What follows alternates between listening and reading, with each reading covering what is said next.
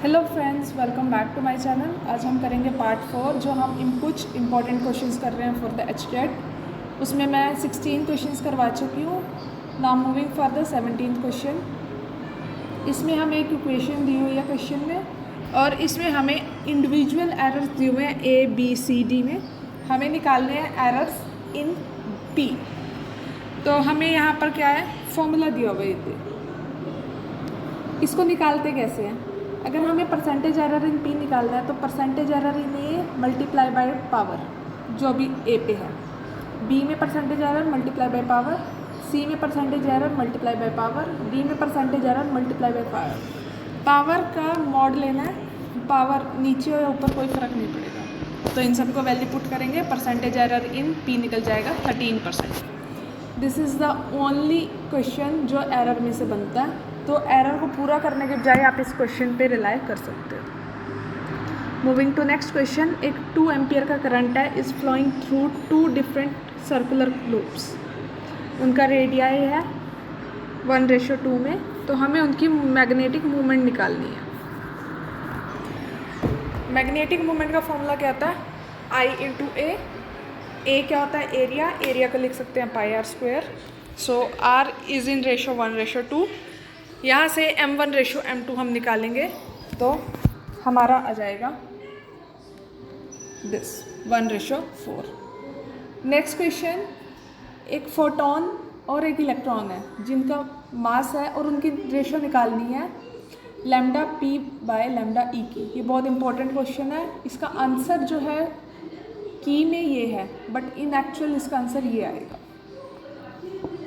कैसे निकालते हैं? डी ब्रोगली वेवलेंथ क्या होती है? h/p। तो हम फोटोन के लिए कैसे निकालेंगे? h/p photon. मोमेंटम को क्या लिखते हैं हम? एनर्जी और मोमेंटम का रिलेशन लिखते हैं E/c = p for any particle. तो यहाँ से आ जाएगा ये रिलेशन। इलेक्ट्रॉन के लिए हमने ये डेराइव किया हुआ है, अगर आपने बुक पढ़ी होगी तो इन दोनों को अगर हम रेशियो लेंगे तो आ जाएगी दिस। Question number 20। इसमें काइनेटिक एनर्जी दी है 2 सिमिलर कार्स की, दिस एंड दिस। दोनों कार्स पे ब्रेक अप्लाई हुई। कार ए रुकी 1000 मीटर के बाद, कार बी रुकी 1500 मीटर के बाद। दोनों पे FA और FB फोर्सेस अप्लाई की गई, तब रुकी वो। दोनों की रेशियो निकालनी है। इनिशियल काइनेटिक एनर्जी कितनी थी? दिस। फाइनल काइनेटिक एनर्जी क्या होगी? 0, क्योंकि वो रुक गई दोनों कार के लिए। तो वर्क डन क्या आ जाएगा? चेंज इन काइनेटिक एनर्जी इतना आ गया। दोनों के लिए वर्क डन निकाल लिया। वर्क डन क्या होता है? Force into distance. तो FA और FB निकल जाएगा, दोनों का रेशियो निकाल दो, 2:3 आंसर आ जाएगा। नेक्स्ट। एक ऑक्सीजन सिलेंडर है जिसका वॉल्यूम 30 लीटर है और उसके मोल्स इतने हैं।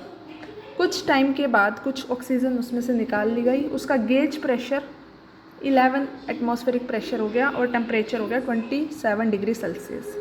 अब मास ऑफ ऑक्सीजन बताना है जो सिलेंडर में से निकाल लिया गया। वॉल्यूम फाइनल स्टेज के लिए निकालेंगे। वॉल्यूम कितना है? इतना ही है। गेज प्रेशर इतना है, उसको हम चेंज कर लेंगे। तो टोटल प्रेशर कितना हो गया? Gauge pressure plus atmospheric pressure इतना आ गया, Nm/m²। टेम्परेचर कितना है? 27 डिग्री सेल्सियस, उसे केल्विन में चेंज कर देंगे। इक्वेशन निकालेंगे PV = nRT, ideal gas equation. n निकल जाएगा यहाँ से इतने।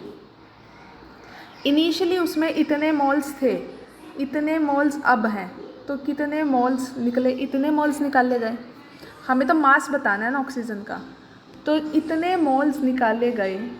एक मोल का मास कितना था? 32 ग्राम्स पर मोल। तो कितने निकाल लिए गए? इतने ग्राम्स। इसका अप्रॉक्सीमेट आंसर आ जाएगा 10। ठीक है। तो ये थे हमारे कुछ क्वेश्चंस। इसके बाद हम कुछ, अभी मैं हर वीडियो पुट करने से पहले उसमें से एक क्वेश्चन डालूंगी शॉर्ट्स में, जिसका आंसर आपको बताना है। आप खुद सॉल्व कीजिए, फिर वीडियोस देखिए, तब भी आपको भी मज़ा आएगा उस चीज़ में। तो थैंक यू सो मच। आगे की वीडियो के लिए वेट कीजिएगा and please support and follow my channels.